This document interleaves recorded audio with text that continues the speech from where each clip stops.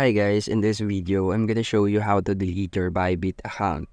So first log into bybit.com and then click the profile icon on the top right corner of the screen.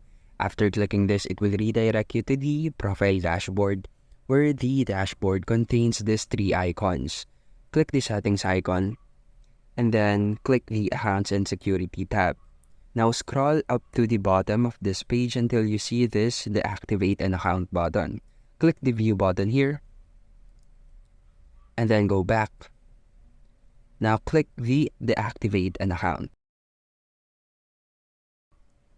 Here you will see a statement regarding deactivating or deleting your account. Check this and then click this. Now deactivate or delete your account. Click the confirm button and then it will send a verification code for you in order to complete this deletion process. Now type in this verification code